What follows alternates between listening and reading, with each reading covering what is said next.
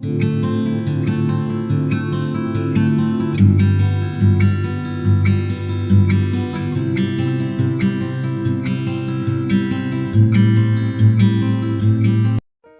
बार फिर से आप सभी का स्वागत है। हम अध्ययन कर रहे हैं भजन संहिता की पुस्तक का और अब समय है कि हम उसके 37वें अध्याय से आगे का अध्ययन करें। मेरे प्यारे भाई बहनों, जब हम 37वें अध्याय को पढ़ते हैं तो इस 37वें अध्याय में कुकर्मियों के अंतफल यानी उनका जो प्रतिफल है उसके विषय में और जो धर्मियों का अंतफल और जो प्रतिफल है उसके विषय में बताया गया है। और ये भी भजन जो है दाऊद का ही भजन है, दाऊद ने ही ये भजन लिखा है। और मेरे प्यारे भाई बहनों, इस अध्याय को किसी भी कैटेगरी में नहीं रखा गया है। इस अध्याय में हम देखते हैं कि दाऊद ने ऐसे लोगों को सांत्वना दिया है, ऐसे लोगों को ढांढस दिया है जो लोग कुकर्मियों को देख करके कुड़ते हैं, उनको सफल होते हुए कुड़ते हैं, उनसे ढा करते हैं और अपने ही मन में बहुत बार दुखी हो जाते हैं। तो दाऊद ने यहां पर उनके अंतफल को बताया है, अपने भजन में उनके प्रतिफल को बताया है कि जो अच्छा व्यक्ति होता है, जो नम्र होता है, उसका प्रतिफल क्या है और जो कुकर्मी और अधर्मी होता है उसका अंतफल और उसका प्रतिफल क्या होता है। मेरे प्यारे भाई बहनों, हम भी अपने जीवन में कई बार ऐसे लोगों को देखते हैं जो गरीबों पर, दीनों पर अत्याचार करते हैं, जो कुकर्मी होते हैं, गलत गलत कार्य करते हैं और उनके सब काम सफल होते हैं, उनकी हर एक चीज ठीक होती चली जाती है और हम उसमें उन्हें देख करके फिर कुड़कुड़ाने लगते हैं और हम परमेश्वर से ही सवाल करते हैं कि हे परमेश्वर, ये जो अधर्मी है, ये जो कुकर्मी है, ये क्यों सफल हो रहा है, इसकी सारी युक्तियां क्यों सफल हो रही। लेकिन यहां दाऊद कह रहे हैं कि उनको लेकर के तू कुड़ मत, उनको लेकर के तू डाह मत कर। तो यही एक ढांढस के रूप में जो भजन है, दाऊद शायद अपने लिए भी वो भजन गा रहे हैं कि हो सकता है कि दाऊद के मन में भी कहीं ना कहीं ये कुड़ाहट आ रही हो, कहीं ना कहीं उसके मन में भी ये ढा आ रही हो कि जो कुकर्म करने वाले लोग हैं वो कैसे प्रबल होते जा रहे हैं। तो अपने आप को भी ढांढस देने के लिए और आत्मा में होकर जो उसको भजन को सुनेंगे उनके लिए भी ये ढांढस देने के लिए दाऊद ने आत्मा में होकर ये भजन गाया है। और मेरे प्यारे भाई बहनों, चूंकि इसको किसी भी कैटेगरी में नहीं लिया गया है तो हम इसे विजडम यानी बुद्धि और ज्ञान की कैटेगरी में ले सकते हैं या फिर हम इसे ढांढस की कैटेगरी में भी ले सकते हैं। तो यहां पहले ही वचन में जो दाऊद हैं अपने भजन में कहते हैं कि कुकर्मियों के कारण मत कुड़, कुटिल काम करने वालों के विषय में डाह मत कर, क्योंकि वह घास के समान झट कट जाएंगे और हरी घास के समान मुरझा जाएंगे। यहोवा पर भरोसा रख और भला कर, देश में बसा रहे और सच्चाई में मन लगाए रहे। मेरे प्यारे भाई बहनों, यहां दाऊद कहते हैं कि ऐसे लोगों को देख करके मत कुड़ो, जो लोग कुकर्मी हैं, जो लोग अधर्मी हैं और उनके काम सफल हो रहे हैं, उनसे ढा मत करो, वो तो कट जाएंगे, उनका प्रतिफल बहुत ही भयानक है, उनका प्रतिफल बहुत भयानक है। उनको देख करके तू अपने रास्ते से मत भटक उनको, क्योंकि मेरे प्यारे भाई बहनों, हम ये होता है जब हम कुकर्मियों को ऐसा फलता फूलता हुआ देखते हैं तो कहीं ना कहीं हम अपने विश्वास में कमजोर होने लगते हैं। और मैं आपको एक एग्जाम्पल देना चाहूंगा। एक बहन है, वो भी इस प्रकार की बातें जब भी आती है वो करती है कि ऐसा होता है, मैं अपनी फ्रेंड्स को देखती हूं तो मैं देखती हूं कि उसने सारे गलत काम किए तो और वो सेटल है, सब कुछ है, और मैं परमेश्वर के रास्ते पे चली और सब कुछ हुआ, मैं सेटल नहीं हूं। तो ये लेकर के कहीं ना कहीं हम एक आत्मग्लानि में आ जाते हैं कि हीन सोच में आ जाते हैं कि आखिर ये सारी चीजें क्यों हुई हैं। लेकिन परमेश्वर का वचन आत्मा में होकर दाऊद से भजन के रूप में ये हमसे कहता है कि उनको देख के मत कुड़ो, उनको देख के मत कुड़ो। ऐसे काम करने वालों के विषय में, जो कुटिल काम करके भी सफल हो रहे हैं, उनके विषय में अपने मन में जलन मत रखो, क्योंकि उनका अंतफल बहुत बुरा है, उनका अंतफल बहुत बुरा है। वे घास के समान झट कट जाएंगे, झट कट जाएंगे। इनका जीवन ही कितना है, उस जीवन के विषय में सोचो जो हमेशा हमेशा का जीवन है, उस दंड के विषय में सोचो जो हमेशा हमेशा का दंड है। और परमेश्वर पर भरोसा रखो और भलाई करना ना छोड़ो, भलाई पे बने रहो, देश में बसे रहो और सच्चाई में मन लगाए रहो। और इस वचन को देखिए आगे दाऊद कहते हैं, यहोवा को अपने सुख का मूल जान, वही तो तेरे सारे मनोरथों को पूरा करेगा। अपने मार्ग की चिंता यहोवा पर छोड़ और उस पर भरोसा रख, वही पूरा करेगा। वह तेरा धर्म ज्योति के समान और तेरा न्याय दोपहर के उजियाली के समान प्रकट करेगा। तो मेरे प्यारे भाई बहनों, ये वचन हमें ढांढस देता है, ये वचन हमें शांति देता है कि हाँ, आज हमारे पास जो तकलीफ है या हम उसको देख करके चिढ़ रहे हैं, तो हम अपना जो सुख का मूल है वो परमेश्वर को माने, परमेश्वर को ही हम अपना सुख का मूल जान लें और वो हमारे मनोरथों को पूरा करेगा, वो हमें अनंत जीवन में वो सुख देगा। मेरे प्यारे भाई बहनों, जब कभी इसको देखकर हम अपने मन में कुड़कुड़ाने लगे तो अंतफल के विषय में देखें, अंतफल के विषय में देखें कि उनके पास क्या है और हमारे पास क्या है। इस धरती की चीजों को देख करके अपनी कसौटी हमें नहीं बनानी है। हम कभी कभार इस धरती की चीजों को देख करके अपने जीवन की कसौटी बना लेते हैं। इस धरती के सुख, इस धरती की सुविधाओं को देख करके हम अपने जीवन की कसौटी बनाते हैं, लेकिन हमें अपने जीवन की कसौटी अंत फल को देख करके बनानी है कि उसके पास क्या है, हमारे पास क्या है। हो सकता है कि उसके पास बहुत धन हो, दौलत हो, लेकिन यहां पर जो दाऊद है वो 16वें वचन में कहते हैं कि धर्मी का थोड़ा सा धन दुष्टों के बहुत से धन से उत्तम है, क्योंकि हमारे पास इस धरती पर हो सकता है कि कम धन दौलत हो, कम हमारे पास सहूलियतें हो, लेकिन हमारे पास स्वर्गीय धन का अथाह भंडार है और वो धन हमसे कोई छीन नहीं लेगा। यहां का धन तो कोई चुरा सकता है, कोई कीड़ा उस पर जो है काई लगा सकता है, चोर उस पर सेंध लगा सकता है। प्रभु ने यही तो कहा कि स्वर्गीय धन के विषय में ज्यादा चिंता करो। तो हमें जब कभी हम ऐसे लोगों को देखें तो हम देखें कि हमारे पास क्या है, और जब हम उसका कंपैरिजन करेंगे। देखिए मेरे प्यारे भाई बहनों, जब हम धरती की वस्तुओं का कंपैरिजन करते हैं एक दूसरे से, तो हो सकता है कि हमारे अंदर ये हीन भावना आ जाए कि हमारे पास कम है। लेकिन अगर हम स्वर्गीय आशीषों को और आत्मिक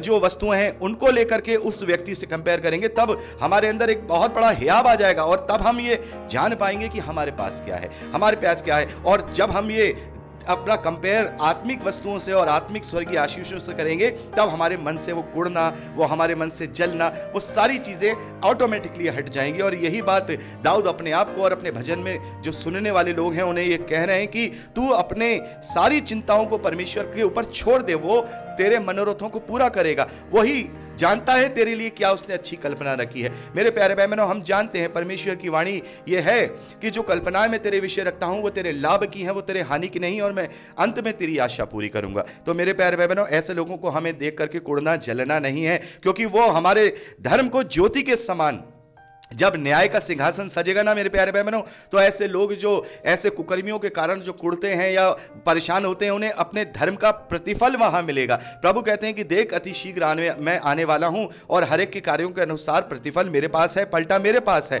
वो हमारे धर्म को, हमारे विश्वास को, हमारी नम्रता को ज्योति के समान चमकाएगा, और हमारा जो न्याय है वो दोपहर के उजियाले के समान प्रकट होगा। हमारा जब न्याय किया जाएगा, तब हम न्याय के सिंहासन के सामने हियाव से यानी हिम्मत से खड़े होंगे, और वो लोग सर झुकाए हुए दांतों को पीसते हुए खड़े होंगे। तो ये हमें ये प्रतिफल का एक हमें एनालिसिस करना है, हमें देखना है, हमें अपने आप को इन बातों से ढांढस देना, इन बातों से अपने आप को हियाव देना है। आगे देखिए दाऊद कहते हैं, यहोवा के सामने चुपचाप रहे और धीरज से उसकी प्रतीक्षा कर। उस मनुष्य के कारण मत कुड़ जिसके काम सफल होते हैं, और वह बुरी युक्तियों को निकालता है। क्रोध से परे रहे, क्योंकि क्या होता है ना ऐसा कि उनको देख करके हमें बड़ा क्रोध आने लगता है, बड़ा क्रोध आने लगता है, और जलजलाहट छोड़ दे, यानी कुड़कुड़ाना छोड़ दे। खिसियाट आने लगती है कि हे परमेश्वर, वो कुकर्मी अधर्मी होकर के वो फल रहा है, उसकी युक्तियां सफल हो रही हैं। तो यहां दाऊद कह रहे हैं अपने भजन में कि उससे तू क्रोध मत कर, ना ही कुड़, क्योंकि अगर हम अंदर से कुड़ेंगे तो उससे आगे लिखा है, दाऊद कहते हैं कि उससे तो बुराई ही निकलेगी। मेरे प्यारे भाई बहनों, यदि हम किसी अधर्मी व्यक्ति को ऐसे फलता फूलता हुआ देखें तो हमारे अंदर से बुराई ही निकलेगी, हमारे अंदर से फिर कुड़कुड़ाहट ही निकलेगी, परमेश्वर के विरोध की बात ही निकलेगी, कोई अच्छी बात नहीं निकलेगी। मत कुड़। और देखिए यहां ये जो नवा वचन है, ये नवा वचन इस पूरे अध्याय का जो की वचन है, वो वचन है जो ये पूरा अध्याय, जिसके हम इसे बेसिक वचन कह सकते हैं।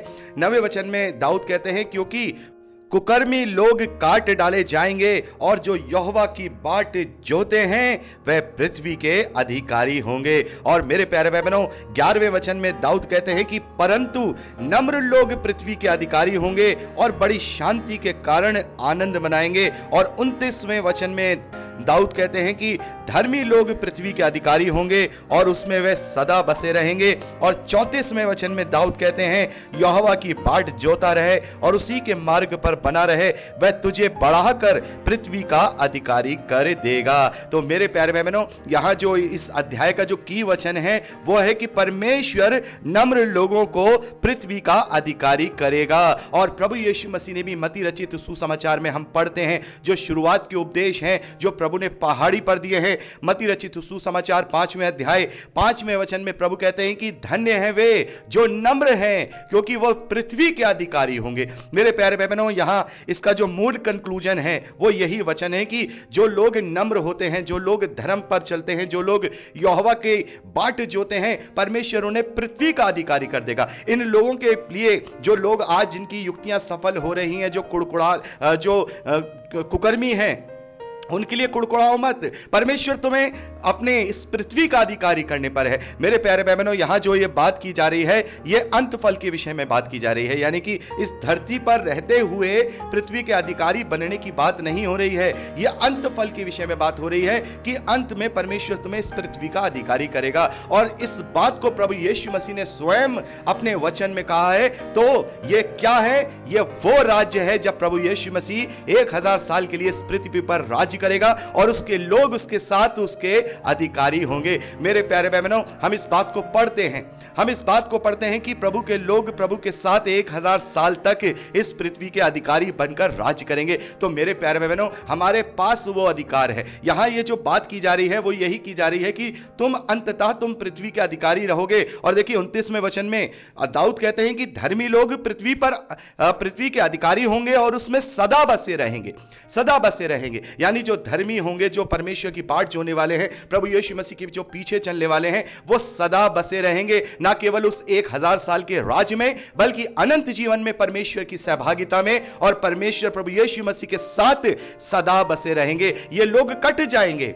ऐसे कुकर्मी और अधर्मी जो आज बढ़ रहे हैं, आज जो फलते फूलते नजर आ रहे हैं, ये कट जाएंगे, हरी घास के समान ये मुरझा जाएंगे। आज जो घास तुम्हें हरी हरी दिखाई दे रही है, ये घास मुरझा जाएगी, ये घास काट दी जाएगी। इनको ऐसा भयानक प्रतिफल दिया जाएगा जिसके विषय में तुम जानते हो। तो जब तुम जानते हो कि इन्हें ऐसा भयानक प्रतिफल दिया जाएगा, तो फिर तुम क्यों कुड़ते हो? परमेश्वर अपने न्याय करने में थोड़ा विलंब तो करता है, लेकिन वो न्याय पूरी खराई के साथ करता है। तो आगे यहां पर हम देखते हैं 10वें वचन में दाऊद कहते हैं कि थोड़े दिन बीतने पर दुष्ट रहेगा ही नहीं, और तू उसके स्थान को भली भांति देखने पर भी उसको ना पाएगा, परंतु नम्र लोग पृथ्वी के अधिकारी होंगे और बड़ी शांति के कारण आनंद बनाएंगे। तो ये वो भविष्यवाणी है मेरे प्यारे भाई बहनों, जब इस पृथ्वी पर कोई भी परमेश्वर का विरोधी नहीं बचेगा। शैतान को भी 1000 साल के लिए बंदी बना दिया जाएगा, और वहां पर हम देखते हैं कि वहां ऐसे लोग दिखाई नहीं देंगे। जब हम ढूंढेंगे भी तो नहीं दिखाई देंगे। प्रभु यीशु मसीह ने कहा, जहां गिद्ध इकट्ठा हो, जहां लोथ होगी वहां गिद्ध इकट्ठा होंगे। मेरे प्यारे भाई बहनों, उस महाभोज के विषय में हम प्रकाशित वाक्य में पढ़ चुके हैं। ये लोग दिखाई नहीं देंगे। अब जो हम देखते हैं ना, मसीह विरोधी क्या करेगा? मसीह विरोधी यही तो करेगा, समस्त पूरी दुनिया पर क्या करेगा? अपना राज्य स्थापित करेगा, अपना सिंहासन लगाएगा, लोगों को अपने वश में करके उनके माथे पर दाहिने हाथ पर मोहर लगाएगा। उसके लोग क्या करेंगे? शासन करेंगे, यहां पर अधर्म के कार्य करेंगे, लेकिन क्या होगा? वो कोई दिखाई नहीं देगा। उस वचन के द्वारा जो प्रभु यीशु मसीह है, जब उसका द्वितीय आगमन होगा तो उसके मुख से जो चोखी तलवार निकलेगी, उससे वो सब भस्म कर दिए जाएंगे, सब मार दिए जाएंगे, और समस्त मांसाहारी पक्षियों की वहां पर बड़ा भोज होगा। वो उनके मांस को नोच नोच करके खाएंगे, कोई दिखाई नहीं देगा। तो हमें उस अंत फल के विषय में देखना है, ना कि इस धरती की जो भौतिक वस्तुएं हैं जो शैतान के द्वारा उन्होंने प्राप्त कर ली हैं, उसके लिए कुड़कुड़ाना है। हमें कुड़कुड़ाना नहीं है। हमें इस बात के लिए, कभी भी इस बात के लिए परमेश्वर पर दोष नहीं लगाना। हम कई बार परमेश्वर पर दोष लगाकर अपने आप को परमेश्वर से दूर कर लेते हैं, लेकिन हमें कुड़कुड़ाना नहीं है, क्योंकि हम अगर नम्र हैं, प्रभु का यह वादा है कि नम्र लोग पृथ्वी के अधिकारी होंगे। हम बचेंगे, कोई नहीं बचेगा। जितने भी कुकर्मी हैं वो कोई भी यहां ढूंढने पर भी दिखाई नहीं देगा। 12वें वचन से आगे दाऊद कहते हैं कि दुष्ट धर्मी के विरुद्ध बुरी युक्ति निकालता है और उस पर दांत पीसता है, परंतु प्रभु उस पर हंसेगा, क्योंकि वह देखता है उसका दिन आने वाला है। परमेश्वर ऊपर देखकर उसकी उस दयनीय स्थिति पर हंसेगा। उस वक्त हंसेगा वो जब वो गिड़गिड़ा रहा होगा, उसकी कोई सुनने वाला नहीं होगा। हम देखते हैं कि जब नरक में जो लोग ऐसे जो कुकर्म करने वाले हैं जब डाले जाएंगे, तो उनकी आवाज कोई सुनने वाला नहीं होगा, और वो भयानक दिन शीघ्र अतिशीघ्र आने वाला है। दुष्ट लोग तलवार खींचे और धनुष चढ़ाए हुए हैं, ताकि दीन दरिद्र को गिरा दें और सीधी चाल चलने वालों को वध करें। उनकी तलवारों से उन्हीं के हृदय छेदेंगे और उनके धनुष तोड़े जाएंगे। धर्मी का थोड़ा सा धन दुष्टों के बहुत धन से उत्तम है, क्योंकि दुष्टों की भुजाएं तोड़ी जाएंगी, परंतु यहोवा धर्मियों को संभालता है। यहोवा खरे लोगों की आयु की सुधि रखता है और उसका भाग सदैव बना रहता है। तो मेरे प्यारे भाई बहनों, परमेश्वर धर्मियों का भाग सदैव बनाए रखेगा। हो सकता है वो प्रतिफल आज हमें इस धरती पर ना दिखाई दे, इस धरती पर हमें सुख सुविधाएं भौतिक चीजें दिखाई ना दे, लेकिन हमारी आशा अनंत जीवन पर है। आगे लिखा है 19वें वचन में, विपत्ति के समय उनकी आशा ना टूटेगी और वे ना लज्जित होंगे और ना अकाल के दिनों में वे तृप्त होंगे। दुष्ट लोग नष्ट हो जाएंगे और यहोवा के शत्रु खेत की सुतरी घास के समान नष्ट होंगे, वे धुएं के समान लुप्त हो जाएंगे, कहीं वो दिखाई नहीं देंगे। तो मेरे प्यारे भाई बहनों, ये अंत के दिनों में जो न्याय की प्रक्रिया होने वाली है, उस न्याय की प्रक्रिया में जब परमेश्वर भूसी को जलाने पर होगा, प्रभु यीशु मसीह अपने गेहूं को अपने खत्ते में जमा करेगा और भूसी को वो उस अनंत आग में डालेगा जो कभी बुझने की नहीं है। तो ऐसे लोगों को देख करके हमें कुड़कुड़ाना नहीं है, ऐसे लोगों को देख करके हमें जलना नहीं है, ऐसे लोगों को देख करके हमें अपने विश्वास को कमजोर नहीं करना है। अपना प्रतिफल सोचें और उसका प्रतिफल सोचें, तब देखेंगे कि उसके पास कुछ भी नहीं और हमारे पास वो अनंत जीवन का स्वर्गीय धन का अथाह भंडार है। तो मेरे प्यारे भाई बहनों, यहां पर हमने 20वें वचन तक का अध्ययन किया है और 21वें वचन से आगे का अध्ययन अब हम अगली रिकॉर्डिंग में करेंगे। प्रभु आपको आशीष दे। Praise the Lord.